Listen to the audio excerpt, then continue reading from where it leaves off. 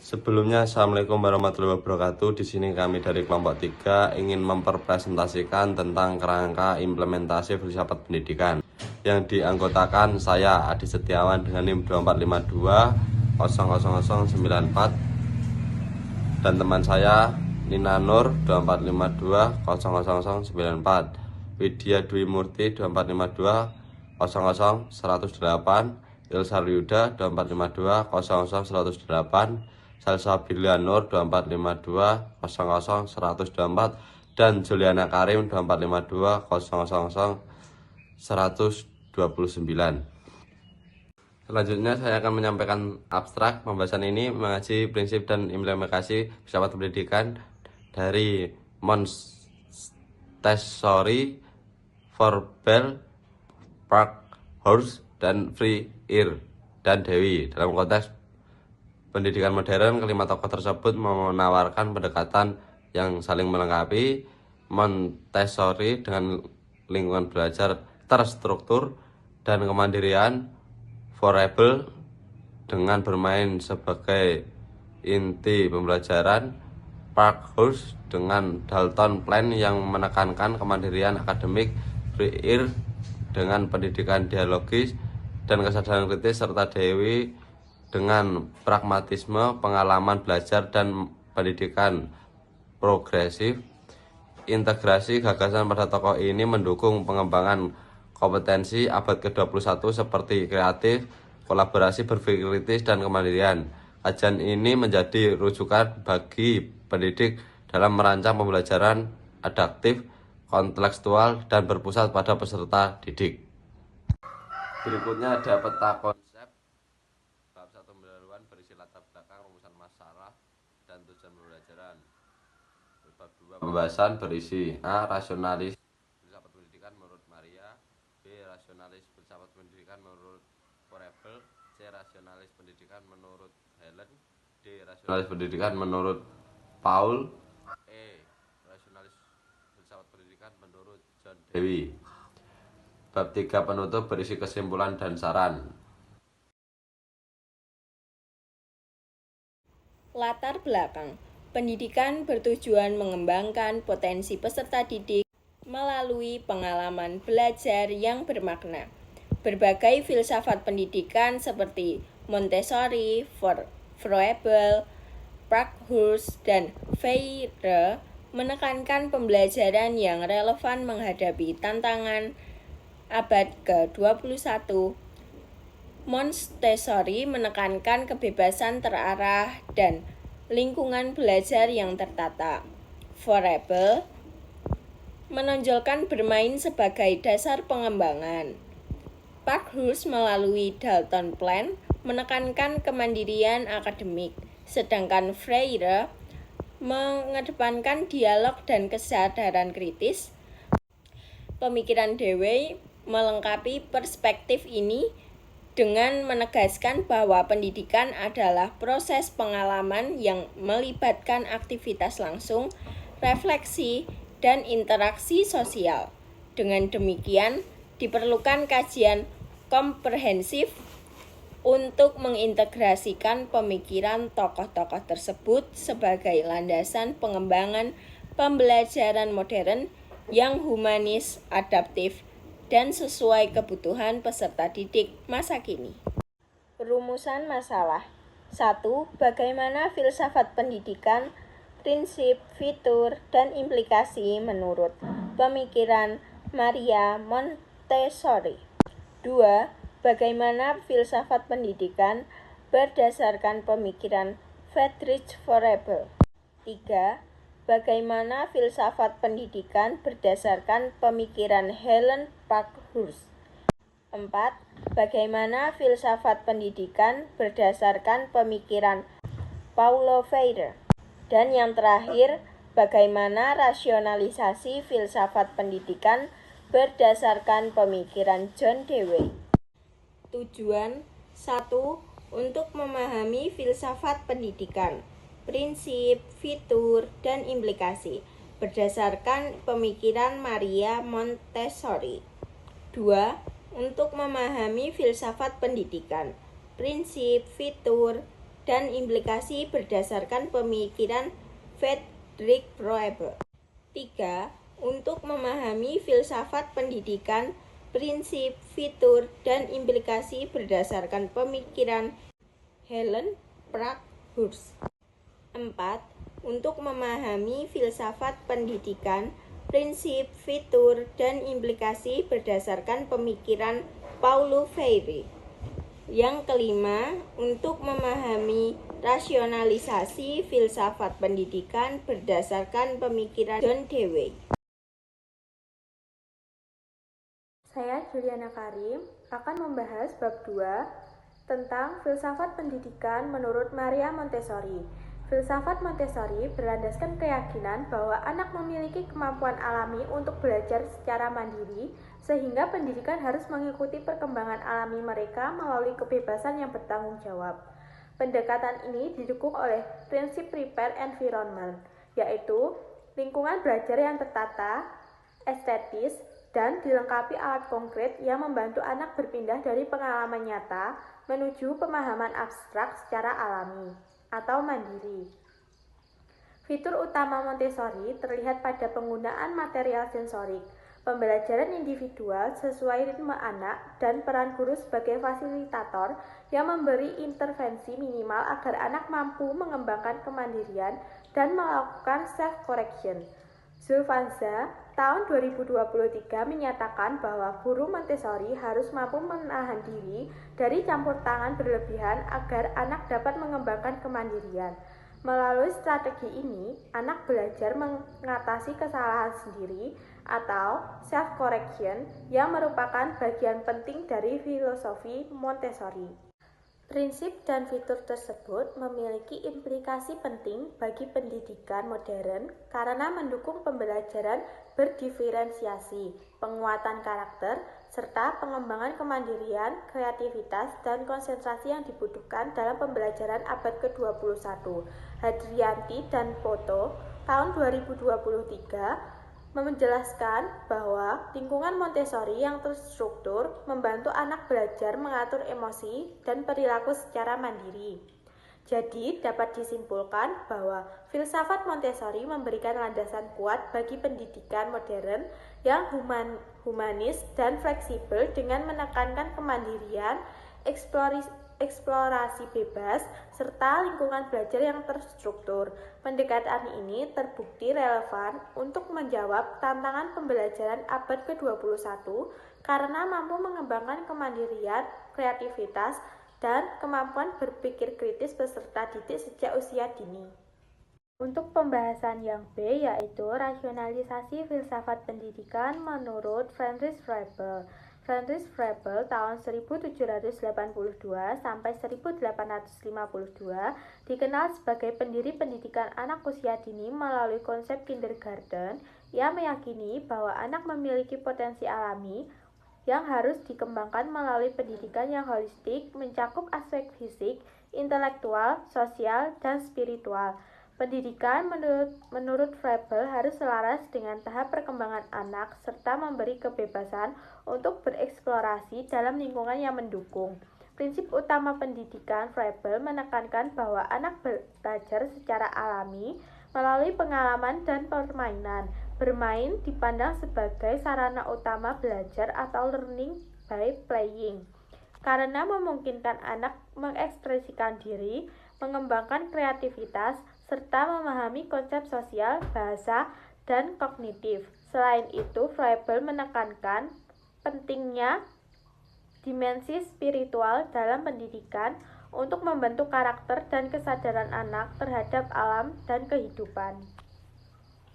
Untuk pembahasan selanjutnya tentang rasionalisasi filsafat pendidikan menurut Friedrich Froebel akan disampaikan teman saya, Mbak Widya. Untuk selanjutnya yaitu metode pendidikan Froebel ditandai dengan penggunaan gift dan occupation. Gift berupa alat konkret seperti balok dan bentuk geometris, sedangkan occupation berupa kegiatan kreatif seperti menggambar dan berkebun. Keduanya bertujuan mendorong perkembangan anak melalui pengalaman langsung. Metode ini juga memanfaatkan lagu, gerakan, aktivitas sosial, dan lingkungan alam sebagai bagian penting dari proses pembelajaran. Implikasi filsafat Froebel terlihat dalam pendidikan anak usia dini modern yang menekankan pembelajaran berbasis permainan, pendekatan holistik, serta pentingnya lingkungan belajar yang kondusif. Guru berperan sebagai fasilitator yang membimbing dan mendukung anak, bukan sebagai figur otoriter. Dengan demikian, filsafat Froebel memberikan dasar bagi pendidikan yang kreatif, berpusat pada anak, dan menghargai perkembangan individu. Jadi, filsafat pendidikan Froebel menekankan pentingnya pembelajaran yang holistik dan berbasis permainan untuk mengembangkan potensi anak secara menyeluruh. Pendekatan ini menjadi landasan penting bagi praktik pendidikan anak usia dini modern yang berpusat pada anak dan pengalaman belajar yang bermakna. Yang selanjutnya, C. Rasionalisasi filsafat pendidikan berdasarkan pemikiran Helen Parkhurst adalah pendidik Amerika yang mengembangkan Dalton Plan, sebuah metode pendidikan yang menekankan kebebasan, tanggung jawab, dan kemandirian peserta didik. Ia meyakini bahwa pendidikan harus disesuaikan dengan kebutuhan individu serta memberi ruang bagi peserta didik untuk mengatur proses belajar mereka sendiri dalam lingkungan yang terstruktur dan terarah. Prinsip utama filsafat Parkhurst adalah kebebasan yang disertai tanggung jawab peserta didik, diberi keleluasan untuk belajar sesuai minat dan ritme masing-masing. Prinsip lainnya adalah self-directed learning, yaitu belajar mandiri, yang mendorong peserta didik aktif merencanakan, melaksanakan, dan mengevaluasi pembelajaran mereka. Selain itu, Parkhurst menekankan pentingnya kolaborasi antara guru dan peserta didik, dengan guru berperan sebagai fasilitator dan mitra belajar. Selanjutnya, metode Dalton Plan memiliki ciri utama berupa sistem kontrak belajar, ruang belajar yang fleksibel atau laboratoris, serta evaluasi mandiri.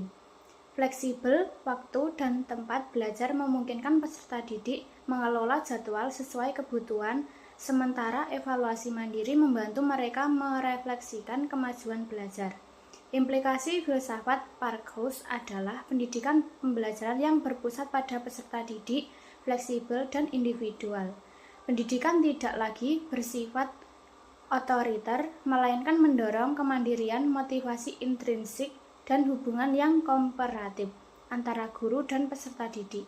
Jadi, filsafat pendidikan Helen Parkhurst melalui Dalton Plan menekankan pentingnya kebebasan, tanggung jawab, dan kemandirian peserta didik. Di sini saya akan menyampaikan poin D, yaitu rasionalisasi pendidikan berdasarkan pemikiran Paulo Freire. Paulo Freire tahun 1921 sampai 1997 merupakan tokoh utama dalam pedagogi kritis yang memandang pendidikan sebagai sarana pembebasan dari penindasan sosial. Melalui gagasannya dalam pedagogi of the oppressed, Freire menekankan bahwa pendidikan harus bersifat emansipatoris dan bertujuan membangun kesadaran kritis peserta didik agar mampu memahami serta mengubah realitas sosial yang menindas. Prinsip utama Freire adalah penolakan terhadap konsep pendidikan otoriter atau banking concept of the education yang memposisikan peserta didik sebagai objek pasif. Sebagai gantinya, Freire mengusulkan pendidikan dialogis dan partisipatif yang menekankan guru dan peserta didik dalam hubungan yang setara. Selain itu, pendidikan menurut Freire harus berorientasi pada pembebasan, bukan sekedar transfer pengetahuan. Selanjutnya yaitu ciri utama pendekatan pendidikan Freire meliputi dialog egaliter antara guru dan peserta didik, pendidikan yang relevan dengan kehidupan nyata, serta pengembangan kesadaran kritis. Melalui refleksi dan dialog, peserta didik didorong untuk memahami struktur ketidakadilan dan mengambil tindakan transformatif.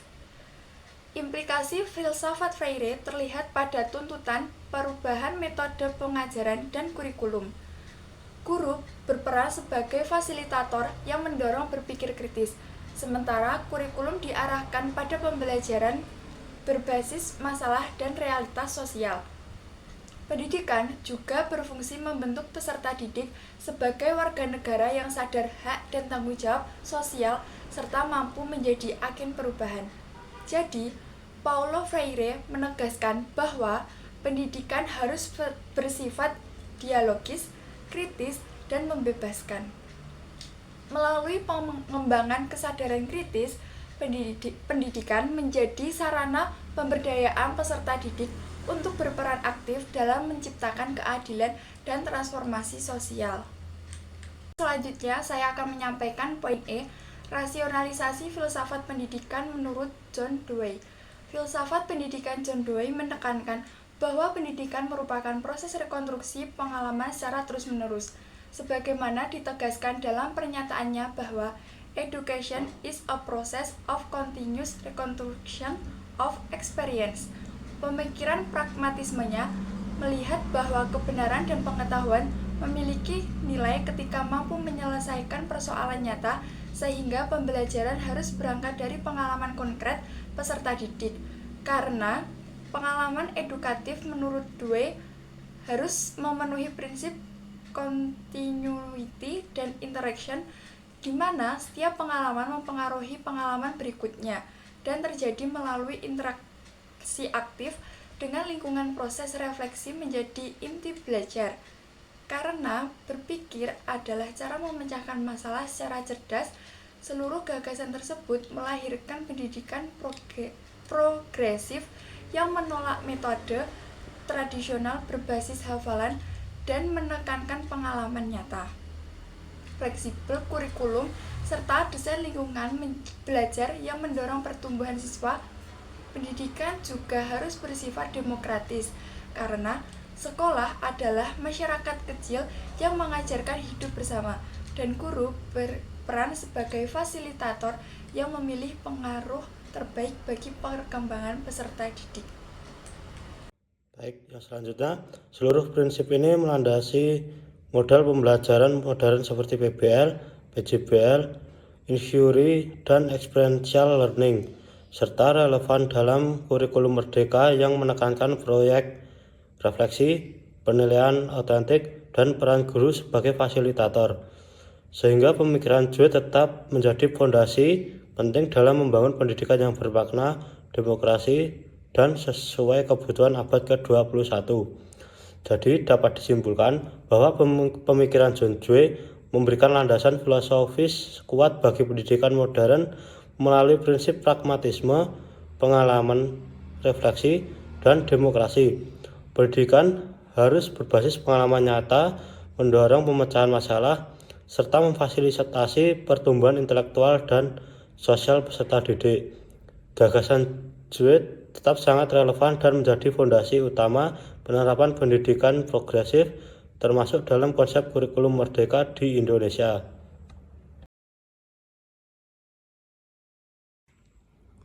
Baik, yang terakhir kesimpulan. 1. Filsafat pendidikan menurut Montessori memberikan landasan kuat bagi pengembangan pendidikan modern yang lebih fleksibel, humanis, dan menghargai perkembangan alami anak. Integrasi pendekatan Montessori dalam praktik pendidikan Indonesia menunjukkan bahwa metode ini dapat menjawab tantangan pembelajaran abad 21, terutama dalam membangun kemandirian, kreativitas, dan kemampuan berpikir kritis peserta didik sejak usia dini. 2. Filsafat pendidikan menurut Friedrich Froebel, Paulo Freire, dan Henri Parkhurst memberikan kontribusi komplementer terhadap modal pembelajaran modern. Prinsip Froebel menekankan kreativitas dan eksplorasi bebas. Parkhurst mendorong otonom belajar, dan Freire menekankan kesadaran kritis serta dialog. Kombinasi ketiganya melahirkan modal pembelajaran abad ke-21 yang menempatkan peserta didik sebagai subjek aktif, independen, kreatif, reflektif, dan mampu bekerja sama. Untuk kelanjutan kesimpulan, 3. Kontribusi dan perbedaan filsafat pendidikan Montessori, Froebel, Parkhurst, dan Freire menunjukkan bahwa masing-masing tokoh memberi kontribusi unik namun saling melengkapi dalam pendidikan modern. Montessori menekankan lingkungan terstruktur dan kemandirian. Froebel menekankan bermain dan kreativitas, Parkhurst menekankan kemandirian akademik melalui kontrak dan laboratorium belajar, sedangkan Freire menekankan dialog dan kesadaran kritis. Jika digabungkan, keempatnya membentuk model pembelajaran abad ke-21 yang holistik, humanis, adaptif, serta mampu meningkatkan kemandirian, kreativitas, dan keterlibatan sosial peserta didik. 4. Rasionalisasi filsafat pendidikan. Menurut pemikiran John Dewey menekankan bahwa pendidikan adalah proses pengalaman yang terus berkembang melalui tindakan, interaksi, dan refleksi. Belajar harus berbasis masalah nyata, demokratis, dan dipandu guru sebagai fasilitator. Prinsip Dewey menjadi dasar pembelajaran progresif modern seperti project-based learning dan sangat relevan bagi pendidikan abad ke-21.